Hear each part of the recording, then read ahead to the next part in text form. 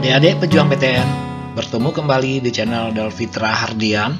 Kali ini kami akan memberikan informasi mengenai daya tampung, peminat, dan program studi jalur SBMPTN 2022 di Universitas Mula Warman.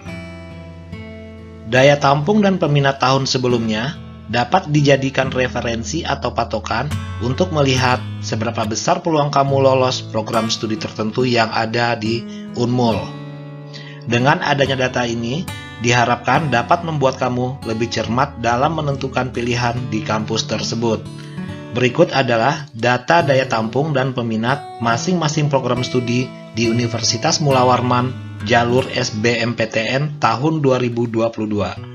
Jangan lupa subscribe channel ini biar tidak ketinggalan informasi. Jurusan Saintek SBMPTN.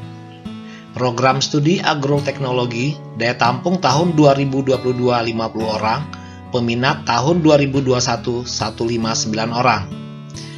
Agribisnis dan teknologi hasil pertanian, daya tampung masing-masing 35, peminat 184 dan 113. Kehutanan, daya tampung 160, peminat 276.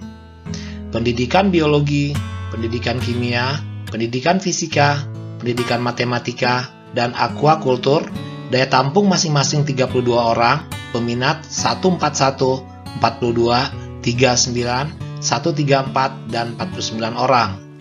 Sosial ekonomi perikanan, daya tampung 24, peminat 18 orang. Pengelolaan sumber daya perikanan, daya tampung 32, peminat 53.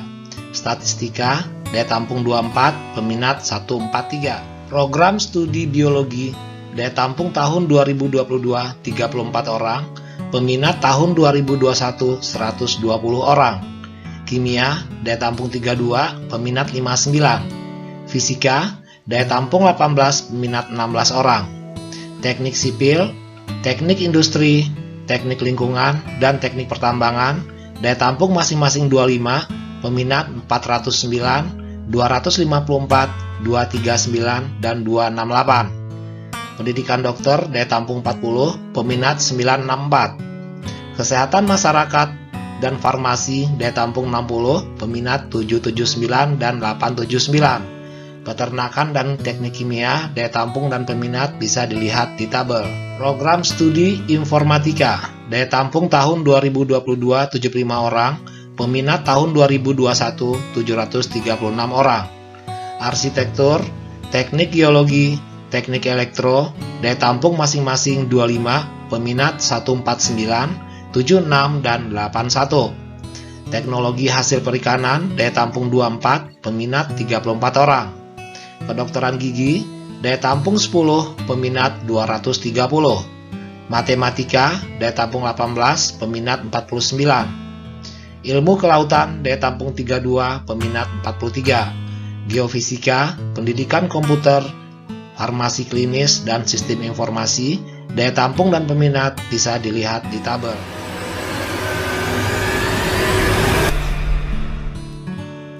Selanjutnya, jurusan Soshum SBMPTN. Program studi manajemen, daya tampung tahun 2022 138 orang, peminat tahun 2021 1550 orang. Ekonomi pembangunan, daya tampung 83, peminat 283.